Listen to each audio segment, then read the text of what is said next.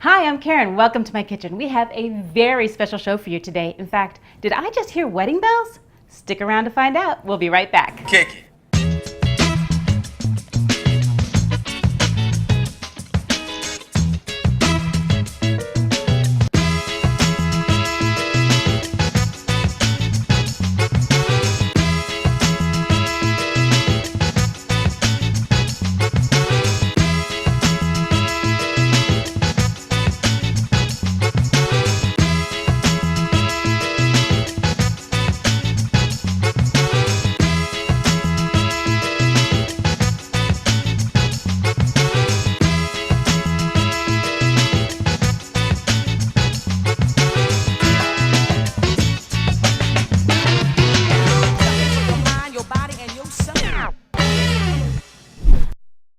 I am so excited about today's show because we are talking all about weddings. And here to help us is the host of the fabulous new wedding show, I Do, the Ultimate Wedding Show, Cheslea Cardwell. Cheslea, welcome to the kitchen. Thank you so much for having me. I can't wait to get cooking. Do you like to cook?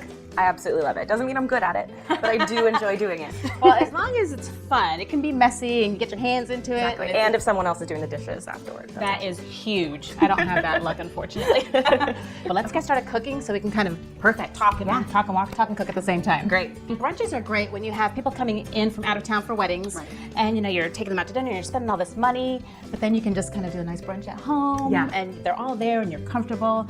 And this is great because you prep it the night before, so you can get up and kind of relax a little bit and you're not running around in the kitchen. Right. So the first thing we're going to use is French bread. Okay. And you can use challah bread or any kind of bread, but I like the crusty French bread because you get a nice crust on the French toast after it's done baking. And the way I typically cut it is I'll do it kind of on a bias. And you can just kind of hold it on the side. I'm going to ask you to help me with this. Okay, perfect. And just cut it at an angle. You're trusting me with this. I am. We're just going to do about 3/4 inch slices all the way down. Sounds good. While you do that, I'm going to get our pan ready, and we're going to use just a regular 9x13 glass pan. And one little trick that I have is when I use butter, which I do, I always save the wrappers because it's an easy way to butter the pan without getting your hands all dirty. Did you know that? I did not. It's a little kitchen tip. You just want to put the buttery side down and just kind of wipe your pan all with it. So your hand stays nice and clean and you're getting butter on there. You want to get all the cracks in. This is going to be so good. This is actually creme brulee overnight French toast. Sounds amazing. Super delicious. So tell me about I Do.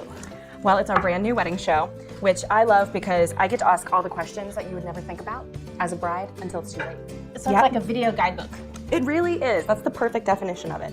So while you keep cutting, because we're going to need probably a few more pieces, I'm going to go ahead and arrange these slices of French toast in our baking pan. 9x13, okay. 9x13, yep, and I'm using a glass pan. You can use metal, but I like glass. Doesn't matter. Doesn't matter. What was the way that you told me I was cutting the bread? You're cutting it on a bias. On a bias, at an angle. okay. And really the only reason I'm putting it in here is just to make sure I have enough and that it fits because I'm going to take it out and do some other stuff before. Okay. But tell me more about I Do. When you shoot, where do you typically shoot? So the greatest part about our show that I love is that we get to really show off Virginia in general. Oh, nice. So we go all over. We go Virginia Beach, Hampton Roads, Richmond, Williamsburg. It's all over. It's Norfolk. So I love it because I have learned so much about the area that I didn't know about. And when you're filming and you're talking to all these experts, do you also film wedding locations? Yep. Yeah, we did a great one at the Botanical Gardens that was so it's beautiful. beautiful there. We did the Sanderling Resort. I didn't want to leave. It was really hard to wake up that next morning. Did you ever get to try Alaska? Yes, I did. That was entertaining, yeah. Okay, so here you have them. They're all kind of fitting in. They're nice and flat. Perfect. And I'm going to go ahead and take these two little pieces, put them right there. That's for me later. That's for you later.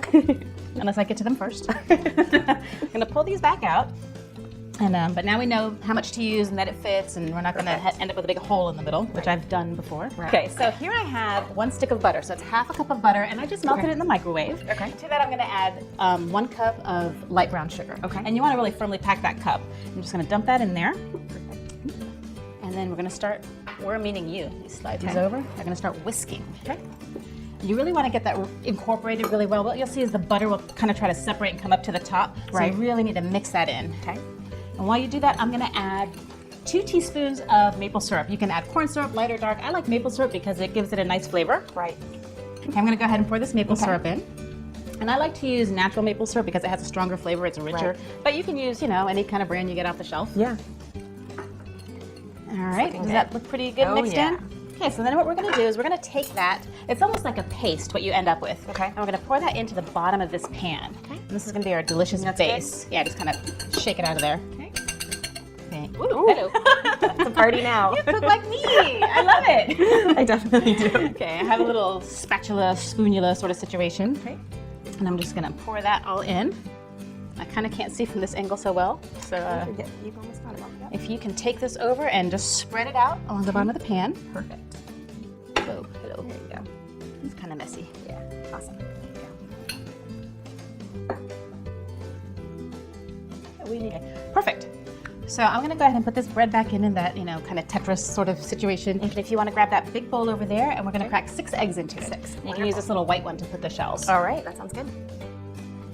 I try not to be messy when I cook, but it never works. Now, do you keep the eggs lukewarm, room temperature? I usually just pull them out maybe 10 minutes before I start cooking. Okay, awesome. Make a little room here. Don't want to lose any bread. No, that's the most important part. It's so good. I also make this for Christmas. And it's great. I make it the night before, and then, I pull it out as soon as we get up, and then we'll pop it in the oven while the kiddos are opening presents and stuff, and then you don't have to do work. That's awesome. It's a crowd pleaser and it's a mom pleaser. Yeah, it's definitely a mom pleaser. I actually stole that idea from a friend of mine. So what's been the most exciting thing you've done with I Do? Oh man, I really love going to the Sanderling. I mean, it's a really hard day at the office when you have to walk on the beach every day. But in general, just the whole experience has been great because I really didn't know a lot about weddings in general before. So just getting to ask all these questions has been really fun. Yeah. So if someone doesn't catch the episode on TV, can they watch it online? Yeah, absolutely. Every episode is on YourView, and you can stream them all. Yeah. Great. Oh, you broke one. Now you can't make the little flower. This actually is a cup and a half of half and half. Okay. You can use whole milk if you want, but weddings, Christmas, it's a little extra. Yeah, a little extra splurge. We're gonna go. So go ahead and whisk those up. All right, same. Yep. Doesn't yeah. matter. That's all mixing together anyways. Yep. True. And while you're doing that, I am going to add 2 teaspoons of vanilla. Vanilla extract. Gives it that creme brulee flavor. Yes, and the way that the brown sugar and the butter mix together, it kind of rises up as it bakes. It's so good. And once it's evenly yellow, then you're going to add your half and half. Okay. Like I said, this is a cup and a half. Okay. And if you are baking this in a smaller pan, if you don't have a 9x13, then just cut out some of the milk, maybe take an egg out. But it's so easy to adjust. Yeah. All right, so we're all whisked up. Okay. Yes, we are. Okay, and you can add a pinch of salt if you want. You don't have to. I usually don't. Okay. And then we're just going to go ahead and pour that over the top. You want to make sure you get it on the tops of all the little breads so everything's nice and covered. I'm going to use this to scooch them out. And it's going to spend about 12 hours or 10 hours in that refrigerator, and the bread is going to be absorbing all of that egg mixture. Okay. So it's going to be so good, especially with that vanilla in there. And I like to use a really good vanilla. Sometimes you splurge, sometimes you don't. Yep. Splurge on vanilla and olive oil. Those are my 2 Always. splurges. Yep. I do the same Get thing. this out of your way. And that, my friends, is it.